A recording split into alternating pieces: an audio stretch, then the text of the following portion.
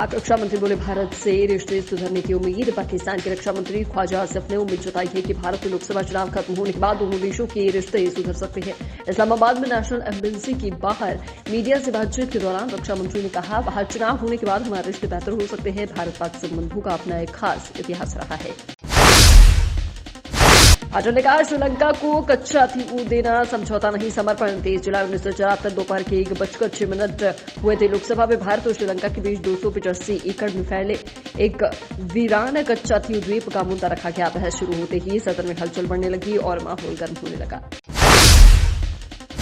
दिल्ली शराब नीति के साथ सांसद संजय सिंह को जमानत। सुप्रीम कोर्ट ने मंगलवार को आपके राज्यसभा सांसद संजय सिंह को जमानत दे दी। मनी लॉन्ड्रिंग केस में संजय सिंह को पिछले साल 4 अक्टूबर को गिरफ्तार किया गया था। संजय सिंह के वकील ने कहा कि वे केस में अपने रोल से जुड़ा कोई बयान नहीं देंगे।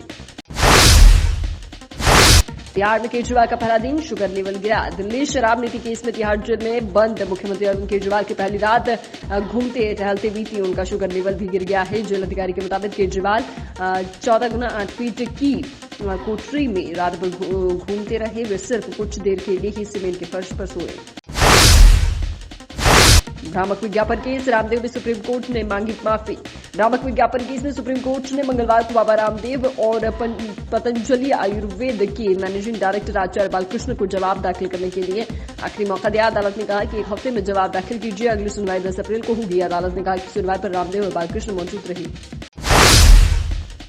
राज्य में घोटाले के आरोपियों के खिलाफ जारी होगा लुकआउट। राजीव गांधी प्रौद्योगिकी विश्वविद्यालय के सरकारी खाते में 19.48 करोड़ रुपए प्राइवेट अकाउंट में ट्रांसफर किए जाने के मामले की जांच भोपाल पुलिस ने तेज कर दी है। मामले में गिरफ्तारी से बचने के लिए अंडरग्राउंड हुई यूनिवर्सिटी के तत्कालीन कुलपति प्रोफेसर सुनील कुमार, तत्कालीन रजिस्ट्रार RS राजपूत सहित 3 आरोपियों के खिलाफ लुकआउट नोटिस जारी करने की कार्रवाई शुरू कर दी गई है।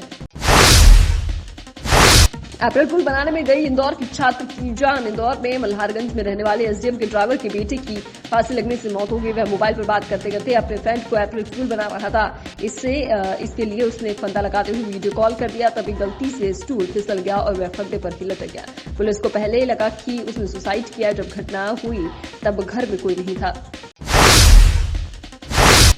रंगदारी वसूलने वाले टैटू का टेंशन गैंग। ग्वालियर में पुलिस ने टैटू का टेंशन गैंग का खुलासा किया। इसमें शामिल होने के लिए हाथ पर राइफल AK-47 का टैटू बनवाना जरूरी है। मास्टरमाइंड ने दोनों हाथ पर टैटू है। 7 सदस्यों वाले गैंग के 2 सदस्यों को पुलिस ने गिरफ्तार किया। इनमें 3 सदस्य नाबालिग है। भाजपा अध्यक्ष नड्डा बोले, कांग्रेस बेरोजगार हो गए। भाजपा के राष्ट्रीय अध्यक्ष मंगलवार से 2 दिन के लिए मध्य प्रदेश दौरे पर है। नड्डा ने जबलपुर के मानस भवन में प्रबुद्धजन सम्मेलन में कहा, पीएम नरेंद्र मोदी के देश में परिवारवाद की राजनीति को खत्म किया। हमारी राजनीति सबको साथ लेकर चलने की है, सबका साथ सबका विकास। कांग्रेस कहते हैं बेरोजगारी महंगाई, बेरोजगारी महंगाई। मैं कहूंगा वे जरूर बेरोजगार हो गए हैं।